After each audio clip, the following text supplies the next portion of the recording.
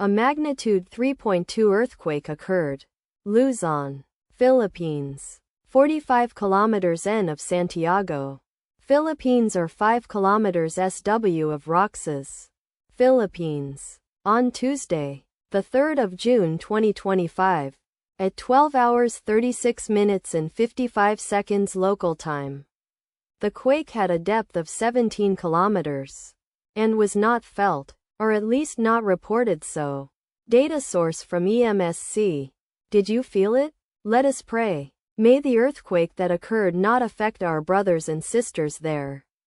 May the earthquake not happen again. And may God protect everyone. Amen.